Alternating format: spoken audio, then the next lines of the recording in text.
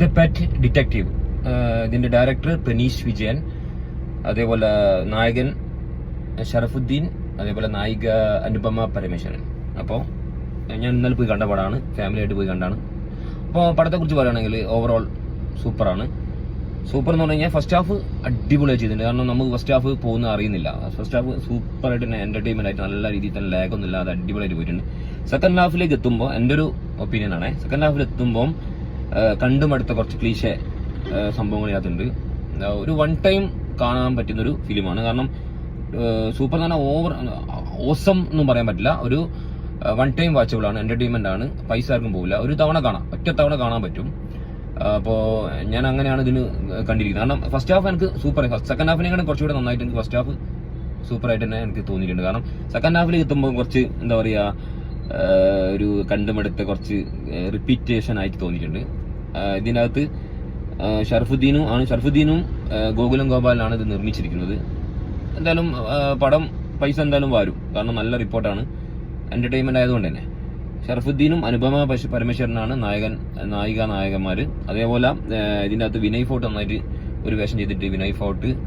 പിന്നെ ജോമോൻ ജ്യോതിർല്ലേ, ഇവന്റെ കൂടെ ഷറഫുദ്ദീന്റെ കൂടെ നല്ല എന്താ പറയാ പാർട്ണറായിട്ട് സഹ റോള് നന്നായി ചെയ്തിട്ടുണ്ട്. ജോമോൻ ജ്യോതിർ അവൻ അവൻ്റെതായ ആ ശൈലി പിടിച്ചിട്ട് നല്ല രീതിയിൽ എന്റർടൈൻമെന്റ് ആയിട്ട് ചെയ്തിട്ടുണ്ട്. ഡയറക്ടർ പെനീഷ് വിജയൻ, പുള്ളിന്റെ ഫസ്റ്റത്തെ പടാന്ന് തോന്നുന്നു. തിരക്കഥയും പുള്ളി തന്നെയാണ്. അപ്പോൾ മോശം എന്ന് പറയാനല്ല, 2-2.5 മണിക്കൂർ പോകുന്ന നമുക്കറിയില്ല. എനിക്ക് പറയാനുള്ളത് വീണ്ടും ഞാൻ പറയുന്നത്, സെക്കൻഡ് ഹാഫ് മാത്രം കുറച്ചുകൂടി ഒന്ന് എന്താ പറയാ, ഒരു നമ്മൾ കണ്ടുമടുത്ത കുറച്ച് ക്ലീശ ഡയലോഗും കാര്യങ്ങളും അങ്ങനത്തെ ആയിപ്പോയി. അത് മാറ്റി നിർത്തിയില്ലെങ്കിൽ ഒന്നാം തരം പടമായിരുന്നു. പടം മോശമെന്നല്ല ഞാൻ പറയുന്നത്, ഒരു അത്രയും കിടിലം പടമൊന്നുമല്ല പറയുന്നില്ല. ഒരു എന്റർടൈൻമെന്റ് ആയിട്ട് ഒറ്റത്തവണ നിങ്ങൾക്ക് കാണാൻ പറ്റും. പടം തിയേറ്ററിലുണ്ട്. ഞാൻ കണ്ടിരുന്നത് ഇവിടെ താമരശ്ശേരി എന്നായിരുന്നു, സിറ്റി മാളിൽ ഞാൻ കണ്ടിരുന്നത്. അപ്പോൾ എല്ലാവരും പടത്തിന് പോവുക. ഇപ്പോഴത്തെ നമ്മളെ ടെൻഷനൊക്കെ പിടിച്ച് നടക്കുന്ന സമയത്ത് ഒരു സിനിമ, ഒരു മനസ്സൊക്കെ ശാന്തമായി ഒന്ന് കുറച്ച് പൊട്ടിച്ചിരിച്ച് പോരാൻ പറ്റുന്നൊരു ഫിലിമാണ്. ഷറഫുദ്ദീന്റെ ഫസ്റ്റത്തെ പ്രൊഡക്ഷനാണെന്ന് തോന്നുന്നു. പിന്നെ അതിൻ്റെ അകത്ത് പറയാനുള്ളത് വിജയരാഘവൻ ഒരു അടിപൊളി വേഷം ചെയ്തിട്ടുണ്ട്.